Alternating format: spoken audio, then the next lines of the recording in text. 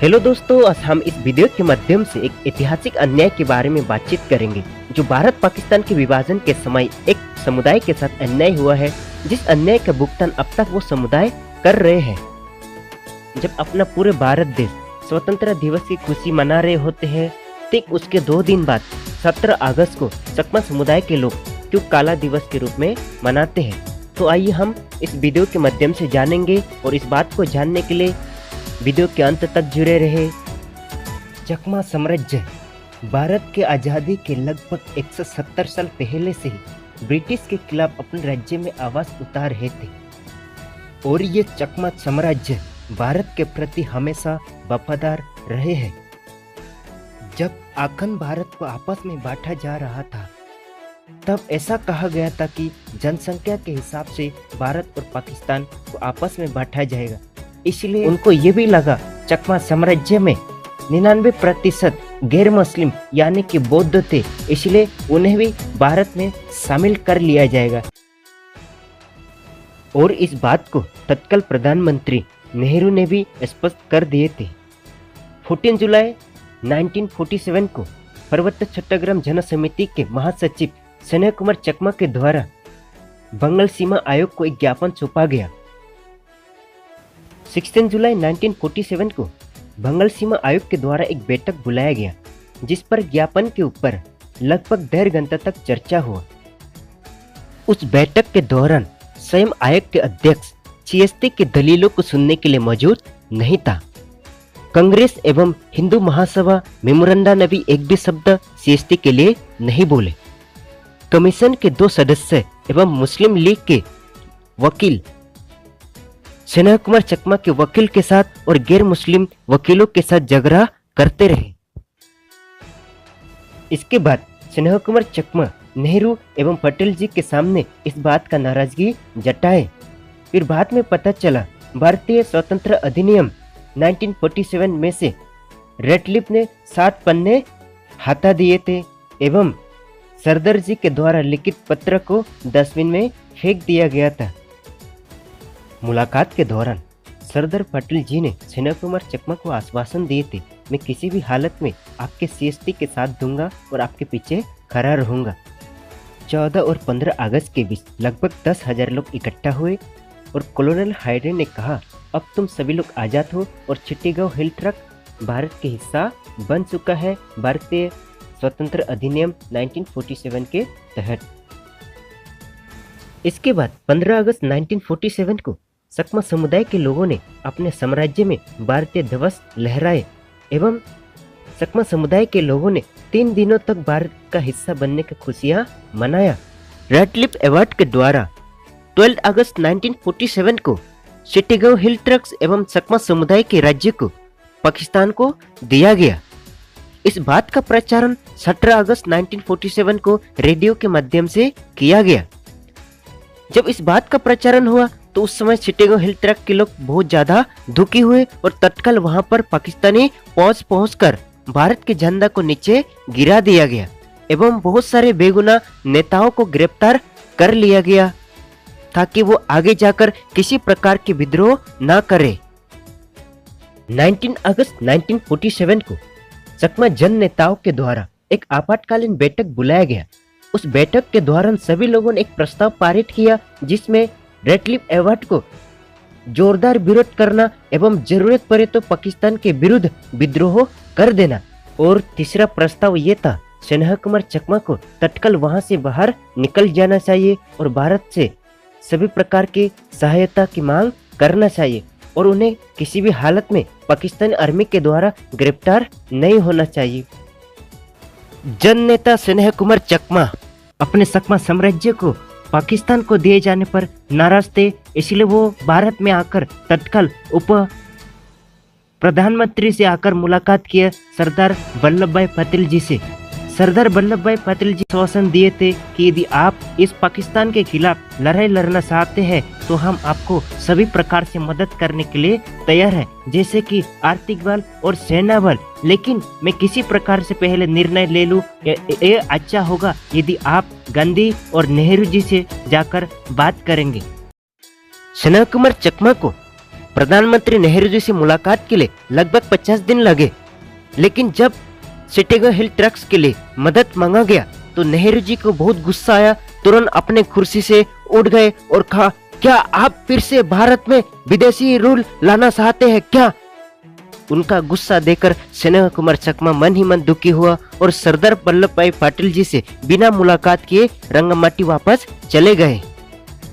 चिटागोंग हिल trucks को पाकिस्तान को दिए जाने पर सभी जनता लोग नाराज थे एवं इस बात का पूर्ण जोर से विरोध कर रहे थे।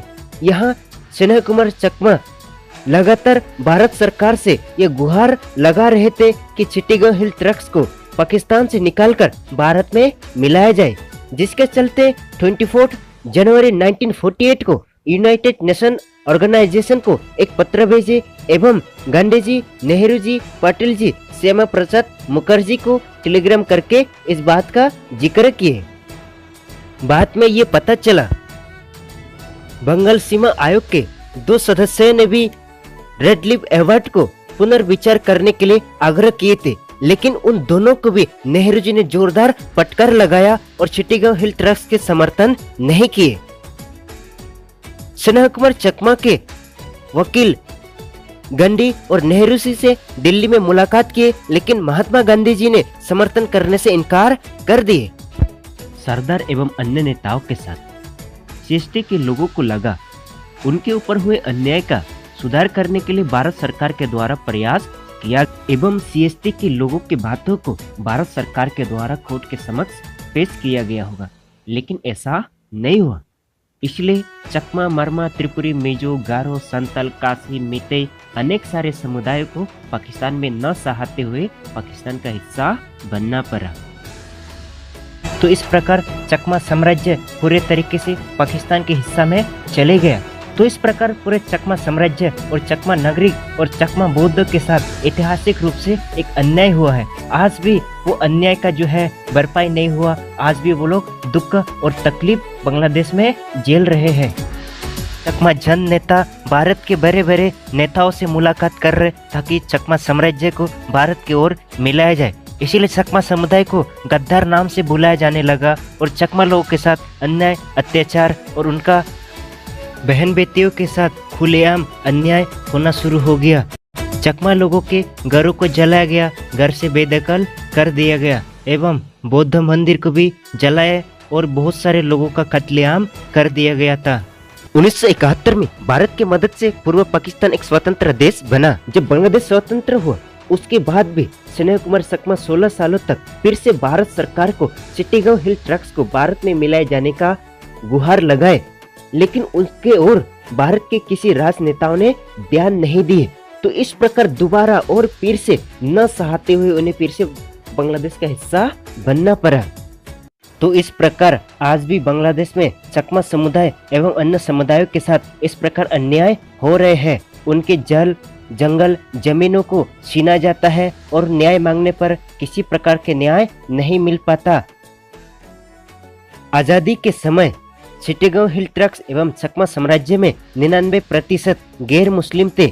फिर भी गैर कानूनी तरीके से लोगों की इच्छा के विरुद्ध रेड लिप के द्वारा चिटागोंग हिल ट्रक्स एवं चकमा साम्राज्य को पाकिस्तान में दिया गया। इस बात का जोरदार विरोध किसी भारतीय राजनेता ने नहीं किए एवं समर्थन मांगने पर भी किसी राजनेता ने समर्थन नहीं दिए।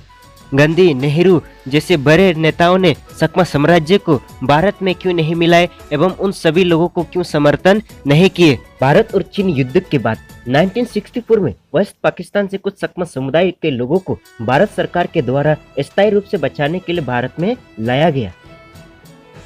उन सभी चकमा समुदाय के लोगों को एक भारत के नागरिक के तौर पर सभी प्रकार की सुख सुविधाएं दिया गया, लेकिन गंदे राजनीति के चलते उन सभी चकमा समुदाय के लोगों से सभी प्रकार के सुख सुविधाएं छीन लिया गया। ये जानकर आपको बहुत हैरानी होगी, उच्चतम न्यायालय के दो बार निर्णय देने के बावजूद भी आज भी चकमा समुदाय के लोगों को 55 साल से ज्यादा हो चुके हैं अपने मौलिक अधिकार से वंचित रखा जा रहा है।